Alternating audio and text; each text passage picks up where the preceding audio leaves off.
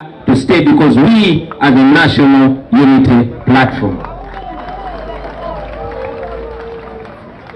I thank the people of Uganda for believing in the message that we carry, for trusting us and for voting us into numerous offices. But most importantly, I want to thank the people of Uganda for getting involved and taking an active role in this struggle that we are all involved in to free our country from tyranny. I want to thank the leadership of this secretariat, headed by the able Secretary General, Comrade David Lewis Mulongoya, and the entire team for working under pressure to make this day possible. Thank you very much, comrades. Thank you for taking pressure not only from me but from all over, all the corners. Thank you very much for being my shock absorber.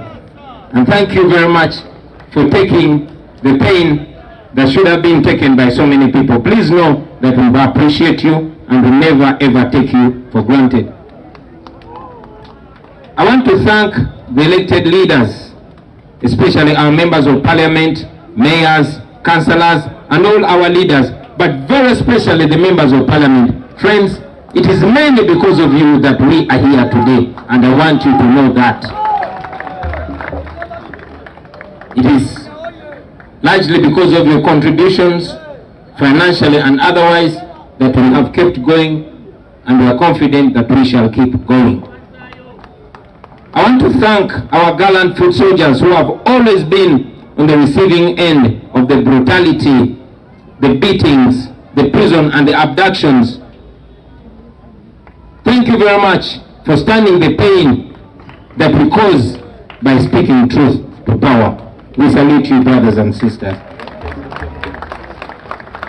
I'm always passionate when talking about the foot soldiers because most of our dead comrades were foot soldiers. Most of the missing people you see were foot soldiers. Most of the political prisoners in prison today, the known and the unknown, are foot soldiers. And yet, most of the committed and solid comrades that we have in this struggle are foot soldiers. Thank you very much, ladies and gentlemen. I want you to know today that your sacrifice is never ever taken for granted. And I want to promise you today that your input and contribution will never go in vain. One day you will be proud of the things that you're doing today. I promise you that. One day is one day. I always say this to you and I say it again. Dero kutoba ncha kuvimba. In a very, very special way, ladies and gentlemen, I want all of you to join me in recognizing and honoring Dr. Kizza Besigye. Allow me, sir, today, like many times in the past, I will not address you as Dr. Kizza Besigye. I will address you as President Kizza Besigye. Because we elected you and you won the 2016 election. So you are president, my president, and president of so many people who elected you in 2016. For the last 20 years, ladies and gentlemen, this giant that we have in our midst today has endured persecution, dehumanization, humiliation, all at the cost of all of us. He has been betrayed by comrades that he has trusted most. He has gone ahead to inspire many of us. Doctor, I stand here before these people mainly because of the challenges that you gave me. You will allow me, Doctor, with your permission, I'll tell these people a story. One day, nakuchalira eruzira ngawakuwani senida, and he challenged me. He said, in our age, wali Dr. Mulungi nnyo, ngokola sente zo, osobola okukolera mu nsi yonna yonna, but because of the pain that you had for our country, you got into the struggle, which was even more dangerous than the one we involved in today. So it's because of you that I felt the challenge and I rose to the occasion to do what I'm doing and be sure that it will not end on me, but I will continue that legacy and push it down so many generations to come. We salute you very much, sir. And may God grant you a long life so that one day you see your dreams come true through many people, including myself. Ladies and gentlemen,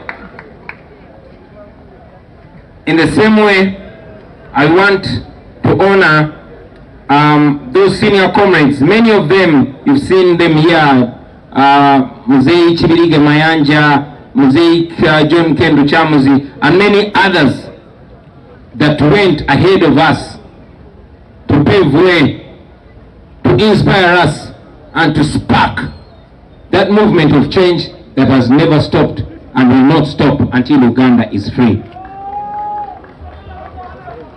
Comrades, although we are today in a celebratory mood, malaba mwena muri basanyufu, muri mukujaguza, muri mukweyagala, kubanga muri waka. But allow me to request you today to use this day not just to celebrate but to reflect. Unakulayo tetumukozesa kujaguza naye tumiyitirize, tulowooze waje tuvudde, bikiri tuyisemu nawawe tuli. We are certainly not where we used to be. I mean, we are not where we want to be, but we are not where we used to be. Dr. Besi yachogeddeko bulungi nti kyetwayagala si kye kiriwo, naye ate wetwalise we tuli, tulina we tutuuse. Tusi dine musaba kati atya n'okutya okubeera mu kitundu mu mayiro 10 okutulinaana, agenda kutuuka ekiseera ng'atya okubeera mu ggwanga lirimu naffe adduke.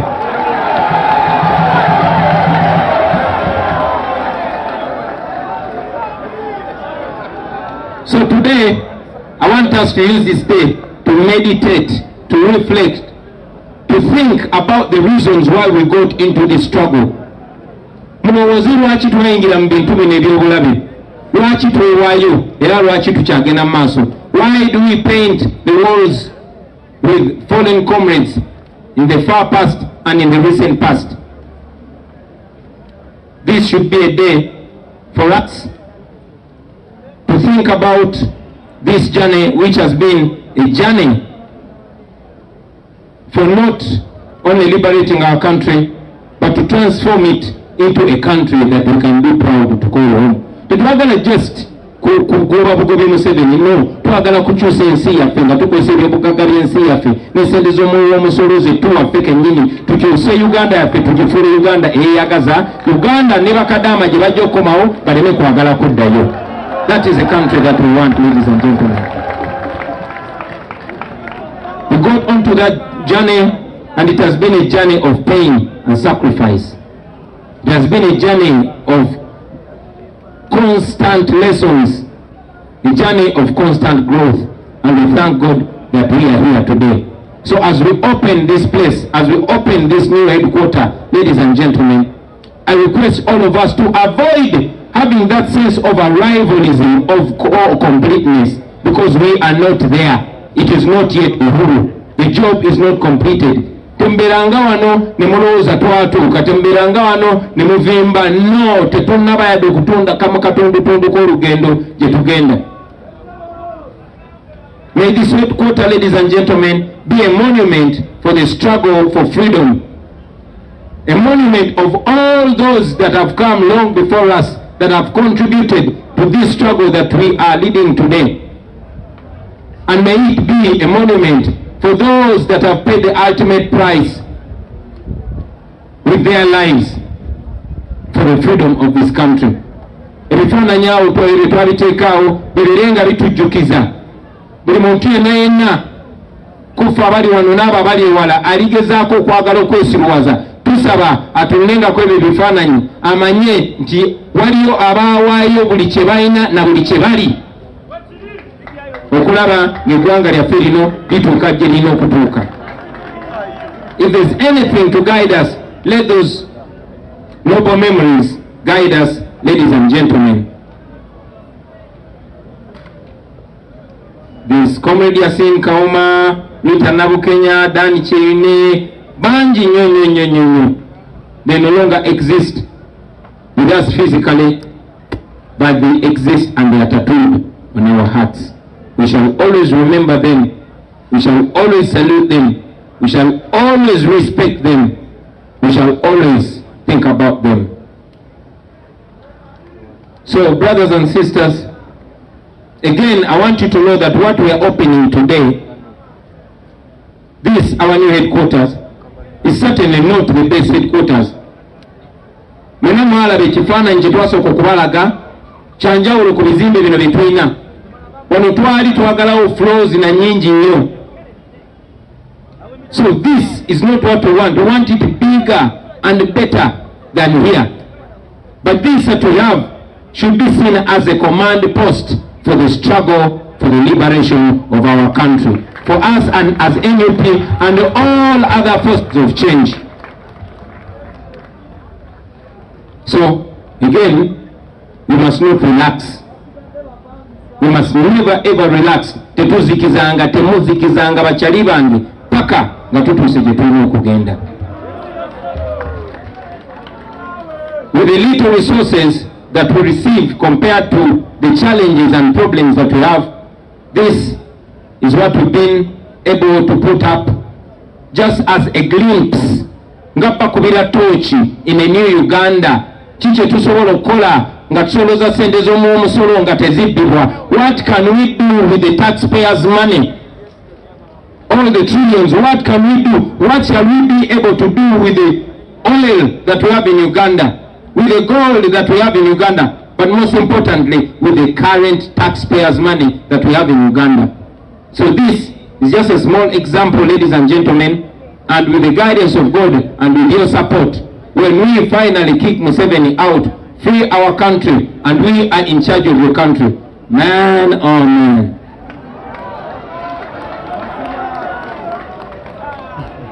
Comrades, also in the spirit of unity, I want to use this opportunity not only to salute our comrades in the struggle that are with us today, but also to call upon them like we are calling upon all of you to embrace the spirit of unity.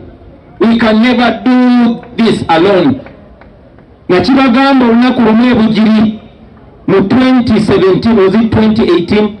Nabagamba nti ekibiina kyonna bwe kirowooza nti kisobola kyokka kyokka omwana munigina okuwonya Uganda okugimulula kiba kyerimba.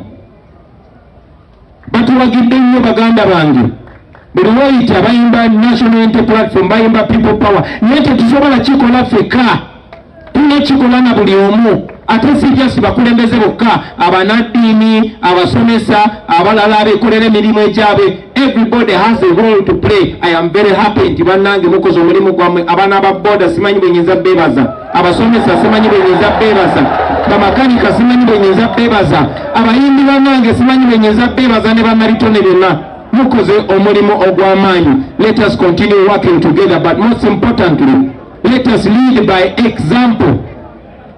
Let us lead by example, ladies and gentlemen. Mwe abana ba People Power namwe aba NUP, Katonda watutadde atuchallenges challenges.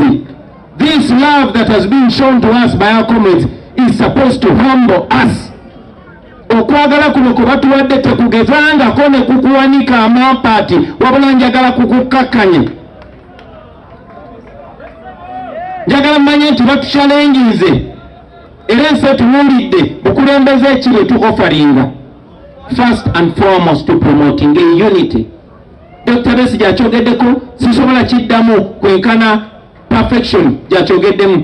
Nemunzikirize nange nga teddoboozi lyange ku bigambo bye nti omuntu yenna alwanyisa abalwanira eddembe okukwatagana ye mulabe number 1. Mu preaching unity. Ate omuntu yenna yena bw'alaba ng'omusana mumuwaanirize n'emikono ebiri nga mujanjudde bwe muti. Omuntu yenna bw'akeeranga ku makya n'alaba nti ddala ekituufu kye kimugobererwa, ekikyamu tekimugobererwa, mumuwaanirize. Togamba nti nze ndikawo kadda, buli omu mumuwaanirize. Uganda wange, big eye in a very special way. I want to welcome you. This is our country. We are a young population. and we can do so much.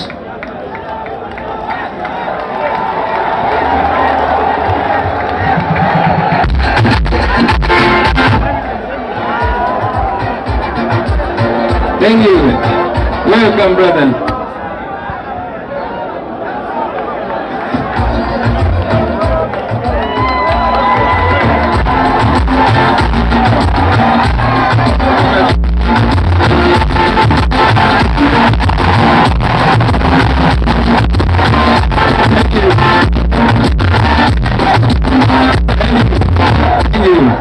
Thank you very much. Azibande material.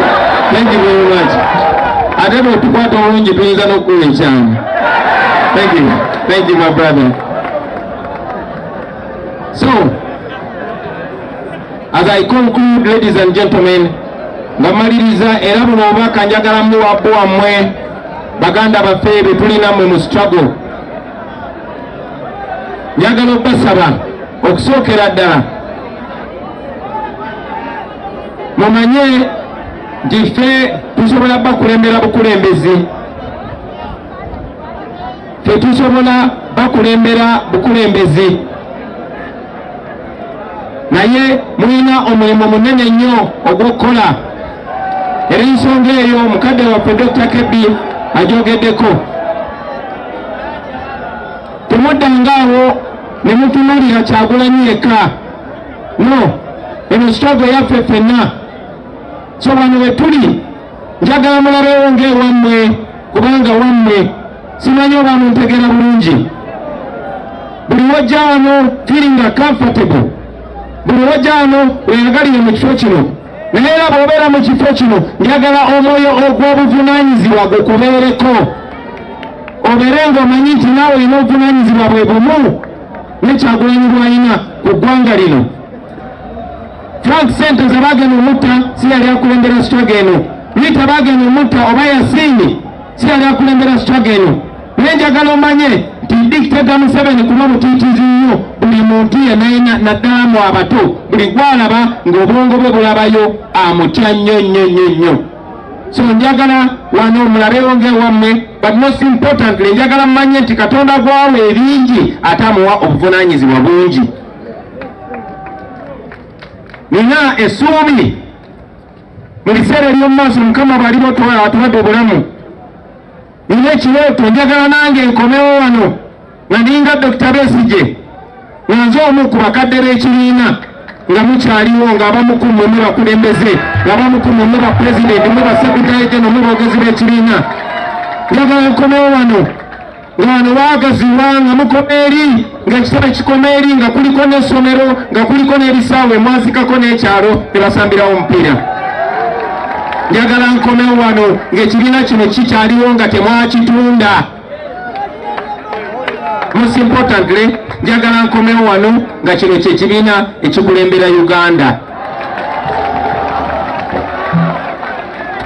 Kirinsanyusa okukiraba ekyo mu buli seera eby'obulamu bwange, naye nga manyi kikyakola, manyi nti ekyo ekirooto kigenda kutuukirira, manyi nti olunaku lujja kukya nkomewo wano nange ng'omugenyi, ng'omu ku bakadde b'ekibiina, nga tukyali ku values ezimu, nga tukyali ku bigendererwa bye bimu, nga tukyali ku nnono y'emu, nga tukyali ku mulamu gwe gumu, naye okusingira ddala Katonda nga tukkiriza ng'omulamu ogwo tugutuukiriza mu bikolwa bingi eby'enjawulo. Mwebale nnyo, mwebale neyanza Madam First Lady. Thank you very much. Engeri gye banfuya akasente ebigambo byange bino kambikomye wano. Mwebale nnyo, mwebale ddala. Mwebale nnyo, mwebalire ddala. Banzijukiza era njagala nkibakakase ti mmwe ba members, mmwe abakulembeze, mmwe bannannyini ba wano. This is not about Kyagulanyi. Era ebyapa bya wano ebisinga obungi bili mu mannya ga National Unity Platform. This is the property of the people of Uganda, courtesy of the National Unity Platform. Thank you very much, ladies and gentlemen, and God bless you. Yes, banzijukiza nti n'ebitannabera mannya gaffe tebigenda kugira mannya ga Joel Ssenyonyi, wabula bigenda kugira mannya ga National Unity Platform. Thank you very much, ladies and gentlemen, for God and our country.